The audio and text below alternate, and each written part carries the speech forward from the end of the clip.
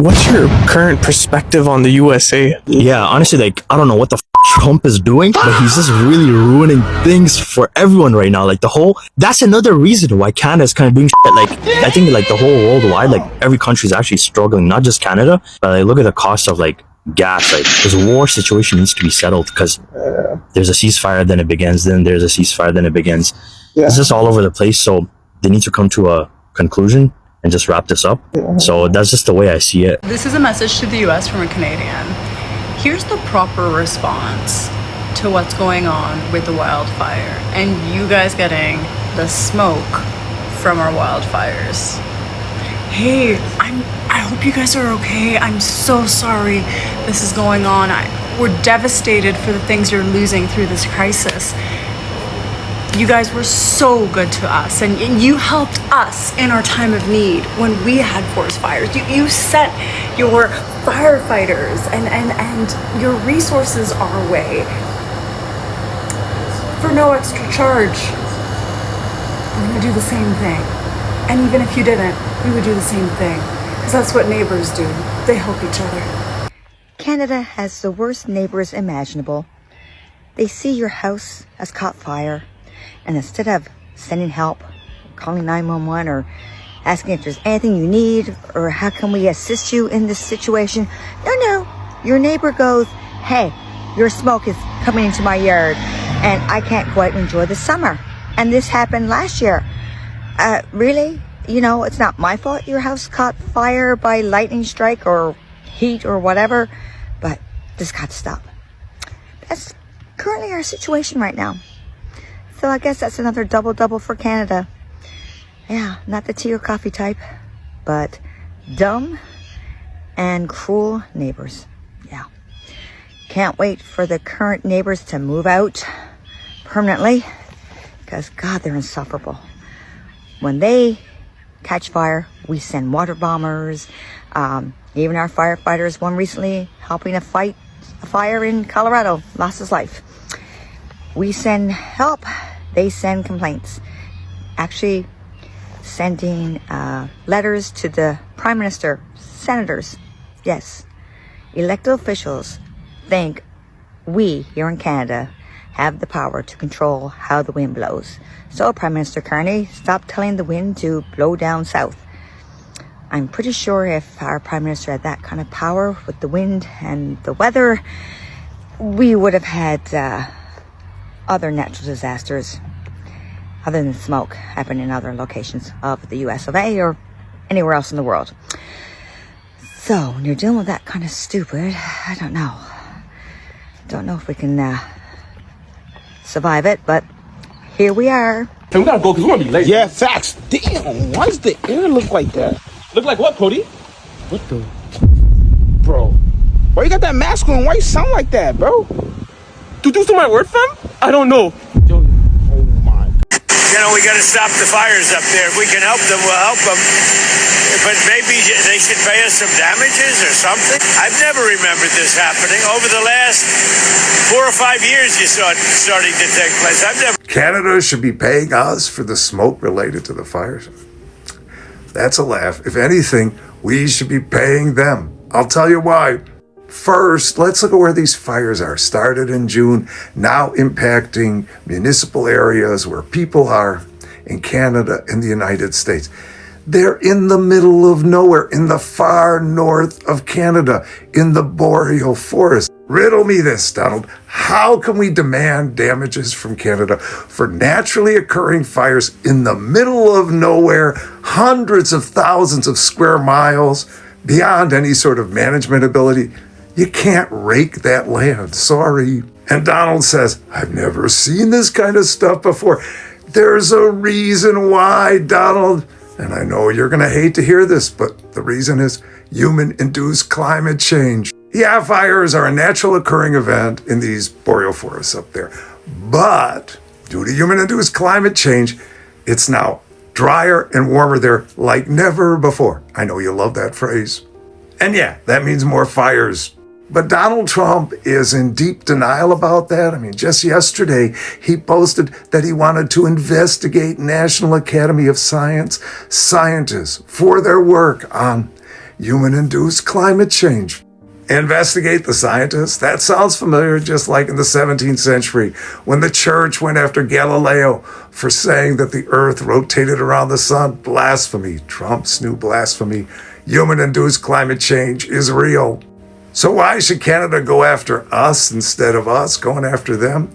Because we're responsible for about 20 to 25% of all CO2 and related gases pumped into the atmosphere in the industrial age, which means we're partly responsible for their increase in fires and the breadth of those fires. If Donald Trump doesn't like these Canadian fires and how they're choking American citizens, there's a solution. Donald, stop burning fossil fuels. Start using alternative fuels. Other countries are trying to make that transition. They're moving forward. But we're dragging our feet. Why? Because Donald Trump is stuck in the past. Canada's devastating wildfire season has sparked more than concern over smoke and destruction. It has also ignited a heated online debate between Canadians and Americans. Many Canadians have criticized some American political commentators and social media users for using the fires to score political points, arguing that a natural disaster should not become a partisan battleground. On the other side, some Americans have questioned Canada's forest management, climate policies, and emergency preparedness, fueling an intense cross-border exchange. The discussion has become about more than just wildfires. It has evolved into a broader debate over climate change, government leadership, and national responsibility. Supporters on both sides have defended their countries passionately, while others have called for less finger-pointing and more cooperation. Despite the online conflict, firefighters, emergency crews, and volunteers from both Canada and the United States have a long history of working together during major wildfire emergencies. That cooperation reminds us that while social media often amplifies division, the people on the front lines are focused on protecting lives and communities, not politics. As the wildfire season continues, one question remains. Will this crisis deepen the political divide, or will it encourage both countries to work together against a challenge that recognizes no borders? What do you think? Share your thoughts below, and don't forget to share, like, subscribe, and I'll see you on the next one. Okay, I'm outside Delaney Hall concentration camp in the wildfire smoke from Canada right now, and I want you to see what Republican politicians are saying about immigrants right now. How many people do you think the Biden administration allowed into our country in violation of our immigration laws? And here's the DHS secretary responding to it. It's hard to explain why they would allow that many people to come in and turn our streets into lawless cities and lawless towns. Immigrants, by and large, are fleeing climate disasters, and this is only going to increase as climate breakdown continues to happen. So, immigrants from the global south are fleeing the destruction that the global north has wrought. They're seeking a better life, and they're being rounded up by the American Gestapo. At the same time, Canada is completely on fire, and wildfire smoke is infiltrating the entire northern United States. People are getting choked out by it. And these same Republican politicians are tweeting that Canada has to keep their wildfire smoke in. This is what it's like to live through breakdown. This is what it's like for our norms to disintegrate. You have Republicans and some Democrats feeling like they can control nature. But that's not true. You can't imprison people from fleeing a better life, and you can't control the smoke. And this is what is so disorienting about living today. People feel like they don't have agency, and they don't in large measure. There are families here waiting for their relatives to be released in the wildfire smoke. Borders are meaningless now under climate breakdown. If we don't all band together, we will die. Come out to Delaney and support these people, brave the Canadian wildfire smoke, and realize that we are one people. The federal government wants you to believe that because of global warming, Canada has forest fires. But what if I told you that it's since 2021, the last 5 years, the number of forest fires has actually been going down? So if it was actually global warming, shouldn't that be a trend of them skyrocketing? But that's simply not the case. So what exactly is causing the forest fires in Canada? Well, there's a whole multiple of items. Number one being you, the human being. 50% of forest fires in Canada are caused by human factor, negligence.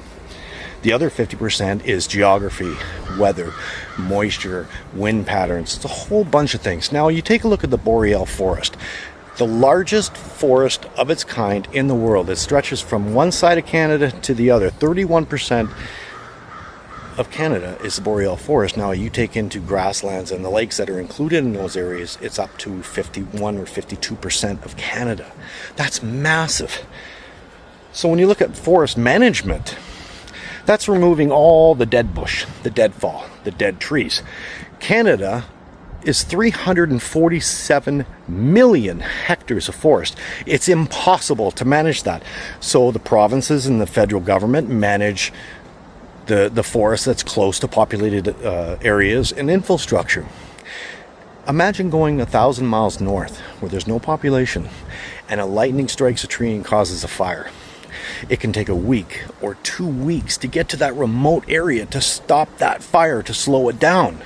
Meanwhile, the winds keep blowing. It's dry. It's normal. What happens to the wind? It carries embers, and those embers can carry miles, hundreds of miles, and start new fires. Causes a whole new problem, getting to those fires. So you see, it's not exactly what the government wants you to believe and saying it's global warming, because statistically, it's just simply not the case. We live in a country where almost 50% is forest, and it's remote, and it's in the mountains, and we have extreme weather. That's just part of living in Canada. Now, is it negligent of the government for forest management? Partially, absolutely. They need to do a better job, and if anybody lives near Algonquin Park, they will see management happening right now, removing the deadfall and the brush that's underneath on the ground that causes these fires. So I put the question out to you. Do you think it's global warming, or do you just think it's weather and the geography of living in Canada? I mean, you got to stop these fires from coming in and, poisoning our air. Our air's been poisoned. I have a good relationship with Mark Carney, but we got to stop the fires up there. If we can help them, we'll help them.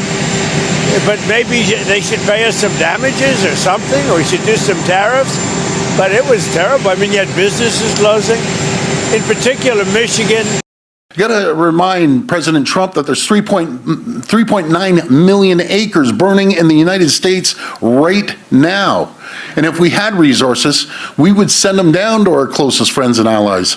So, you know something, rather than criticize and threaten Canada, your closest friends, maybe one day you're going to need our help like you did last year, and we deployed the people.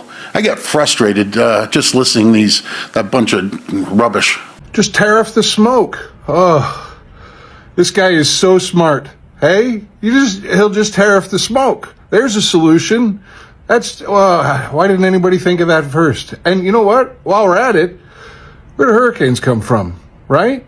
Puerto Rico? Something? Probably Puerto Rico. So you should probably invade Puerto Rico. Even though it's already a U.S. territory, it's kind of out of line with the Spanish, right? So that's probably a good idea too. And, I heard a rumor that most of the tornadoes in America are caused when a butterfly flaps its wings in Japan. So, right? Tariffs. Let's tariff Japan. Get them butterflies to just stop flip-flapping all the time. I'm just so glad that Donald Trump has so many reasonable solutions to the world's problems. I'm here in northwestern Ontario, where it is literally on fire. You might not be able to tell from this video, but the air is thick, everywhere smells like a campfire, and ash is literally falling from the sky.